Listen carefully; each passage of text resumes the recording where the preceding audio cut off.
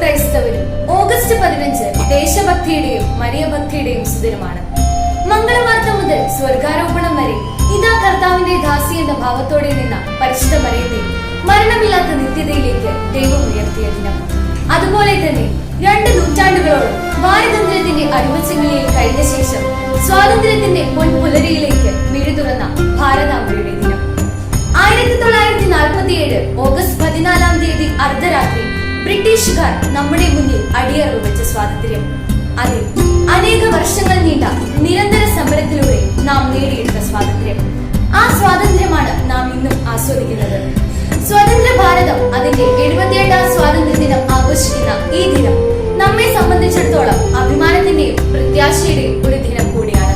അതുപോലെ തന്നെ സ്വഹിതം മാറ്റിവെച്ച് ദൈവഹിതത്തിന് പൂർണ്ണമായി സമർപ്പിച്ച, കാലിത്തൊഴുത്ത് മുതൽ കാൽവരി വരെ പുത്രനെ അനുഗമിച്ച് സ്നേഹത്തിന്റെയും ത്യാഗത്തിന്റെയും സാക്ഷിയായി ജീവിച്ച പരിശുദ്ധ അമ്മയുടെ സ്വർഗാരോപണ തിരുനാൾ 1950 നവംബർ 1-ന് 12-ാം പിയൂസ് മാർപ്പാപ്പയാണ് പരിശുദ്ധ മറിയത്തിന്റെ സ്വർഗാരോപണം ഒരു വിശ്വാസ സത്യമായി പ്രഖ്യാപിച്ചത്.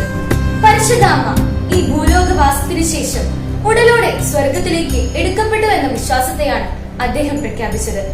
പരിശുദ്ധ അമ്മ ആരാണെന്ന് ചോദിച്ചാൽ ഈ ജീവിതയാത്രയിൽ നമ്മുടെയെല്ലാം സംരക്ഷകയാണെന്ന് അഭിമാനപൂർവ്വം പറയാൻ നമുക്ക് സാധിക്കണം.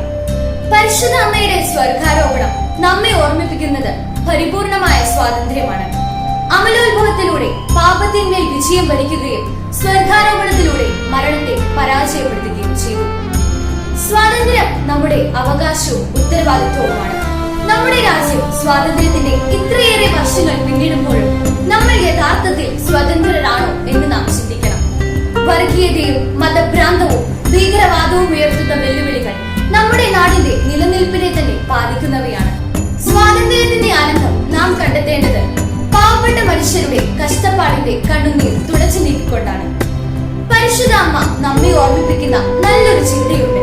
എങ്ങനെ ഭൗതിക ജീവിതത്തിലും ആത്മീയ ജീവിതത്തിലും നല്ലൊരു സഹപ്രവർത്തകയാകാം എന്നതാണത്. സ്വാതന്ത്ര്യ ദിനത്തിന്റെ നല്ല നല്ല ഓർമ്മകൾ അനുസ്മരിക്കുന്ന ഈ വേളയിൽ പരിശുദ്ധ അമ്മയെ പോലെ വ്യക്തി ജീവിതത്തിലും സാമൂഹിക ജീവിതത്തിലും നല്ലൊരു സഹപ്രവർത്തകയായി മാറാൻ നമുക്കും പരിശ്രമിക്കാം. ഏവർക്കും സ്വാതന്ത്ര്യ ദിനത്തിന്റെയും പരിശുദ്ധ അമ്മയുടെ സ്വർഗാരോപണത്തിന്റെയും